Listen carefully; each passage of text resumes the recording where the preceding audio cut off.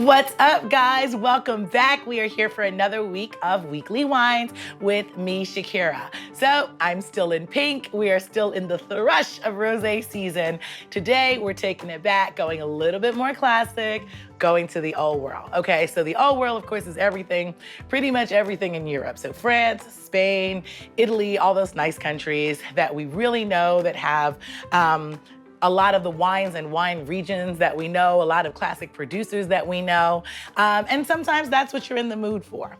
So first up, if you guys have been following me for a while, you know that this bottle is gonna make you laugh, right? Because I'm not the biggest fan of celebrity wines, I gotta be honest with you. Sans Dwayne Wade, right? He's outside of this, but for most others, I kind of have a problem sometimes with the celebrity of somebody being used to sell a wine that maybe isn't so great, but I am fair, and I always tell you guys, listen, sometimes you just gotta try a wine. So, today we are drinking Maison Number 9. This is Post Malone's wine, right?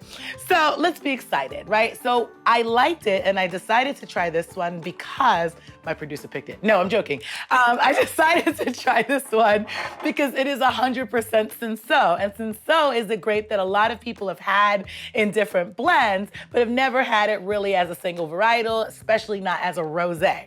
So it's got beautiful color. The bottle is super sexy. I'm gonna give it to them. Like, they're selling this. It's got one of those like clear punch corky things, which is cool because if you take it to a party, you can put it in there, keep it as a stopper, keep it in your ice box or ice bucket standing up. It's super cute, it's functional. So I'm here for it. The color's beautiful. I poured a little bit of it. It is a fruit basket. It absolutely smells wonderful, full of fresh berries, raspberries, strawberries. It's very, very, it smells fun. Like it smells very party in a bottle, which it probably is. Dare I say, I like it. So Cinsault is this really unique grape, and a lot of times it's very, very fruit forward. It's quite aromatic, but it's also got like this subtle pepperiness to it, which I'm kind of digging in a rosé. It's not something you expect. You guys know I am a fan of the more savory styles of rosé, and this absolutely falls into that. So I'm not mad at this one. I think that wherever Post Malone decided to get into a rosé, he picked the right people to make his wine. This is quite delicious. I've seen it in several wine shops, so I think it's fairly easy to get. I'm not mad at giving this a try. I would definitely bring this to my friends.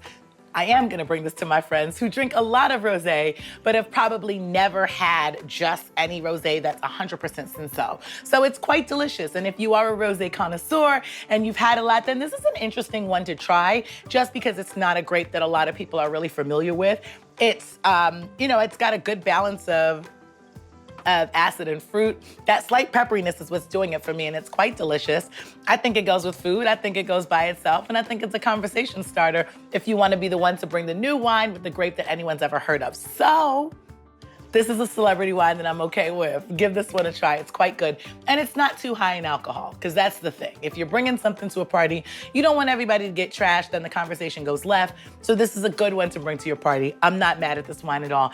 And it's an IGP French wine. You know, IGP, it's right in the middle of a Vin de Pie and an AOP wine. So it's kind of right in the middle when it comes to the French quality rankings. So it's a good, well-made wine and worth giving a try. All right, guys, so wine number 2. You have all seen it. You've seen it everywhere. It's on like every restaurant that you'll ever go to.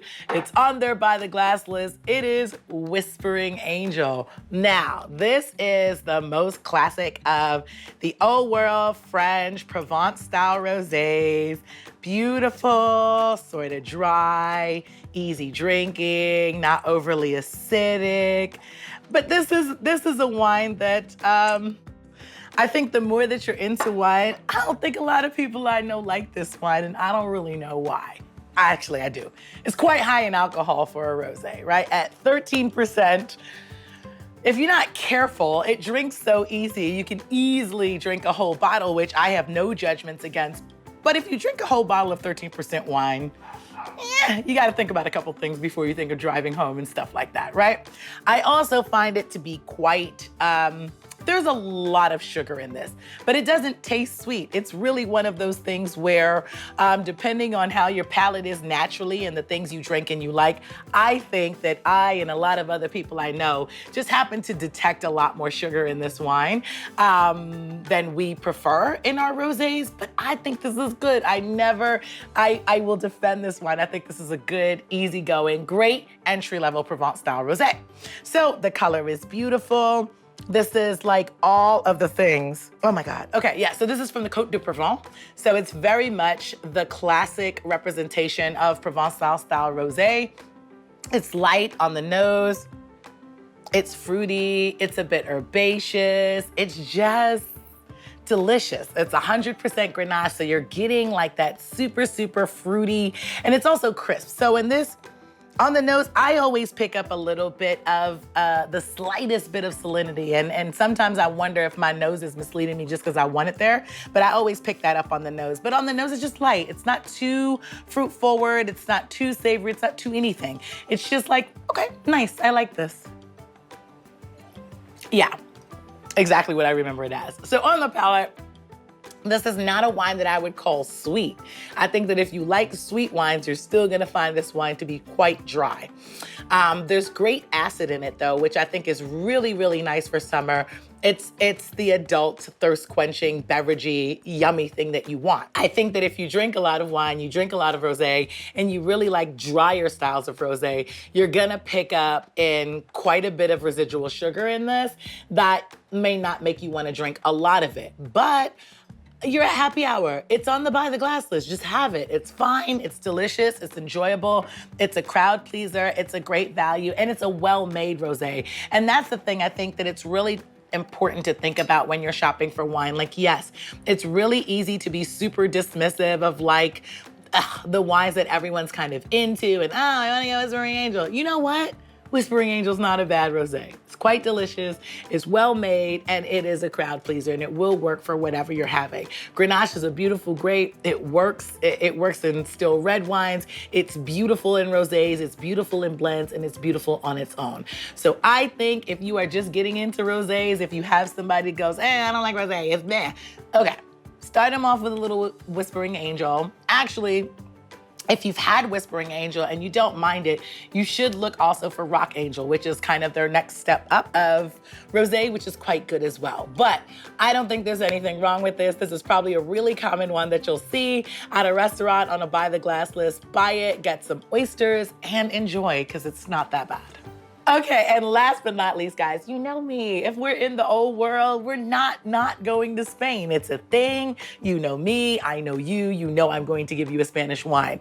You know that I like the light bodied, when it comes to northern Spain, particularly northeast, northwest, that whole top line of Spain. There are so many beautiful wines in that region. They're light, they're easy drinking, they go well with almost anything, and they're super, super affordable.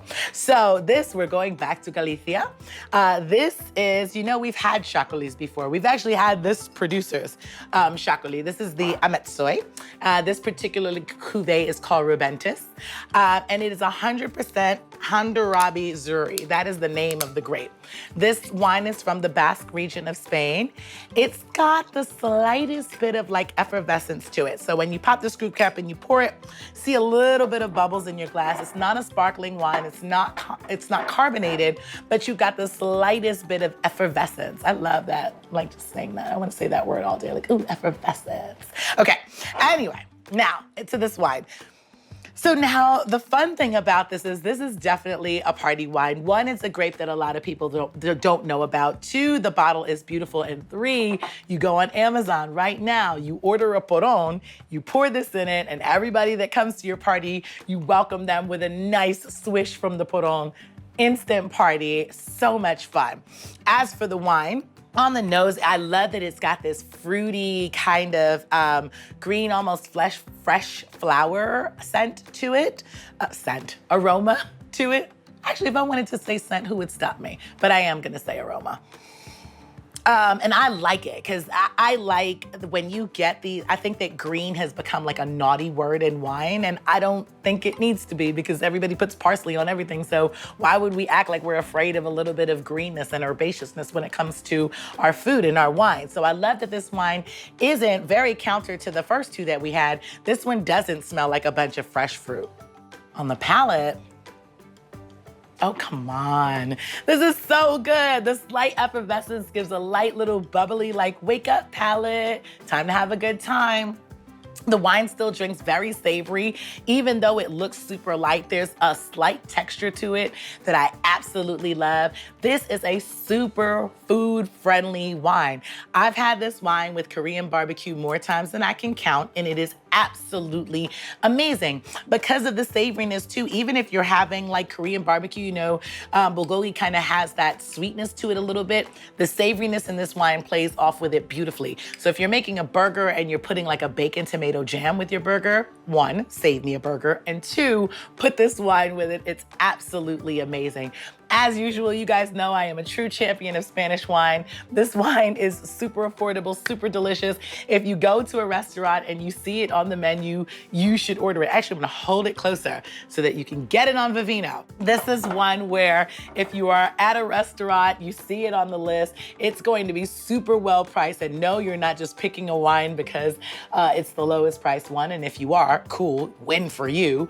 But this is a really, really good wine, super food friendly, light, easy drinking, and absolutely delicious. If you want to really impress your friends, go to your local shop and get it in a Magnum. Magnums are, I mean, come on, who doesn't want to show up to a party with a Magnum? I would. You can show up to my house with a Magnum, honestly. Anywhere that we're drinking together, please bring Magnums. I love them. But this is a really good wine to show up with in a Magnum. Everyone's gonna enjoy it. Super fun times. If you want even, I've poured this wine into ice trays. I know someone's gonna go, who would pour their wine into an ice tray? I did. Put it into an ice tray, blend it with some strawberries, add a little bit of Campari and Aperol, and make your own frosés at home. Super good, super tasty. That's my pro tip. Don't steal my recipe without giving me credit. Actually, I just gave it to you. So it's now our frosé recipe, right? All right, guys, that is it for our old world wines. If you've never had any of these wines before, I encourage you to give it a try. Sometimes things will surprise you. As you can see this week, there's one of these wines that I wasn't sure how I was gonna feel about it, but I think it's quite delicious. So never box yourself in. Always give the wine a try. Until next week, drink well, guys. Bye.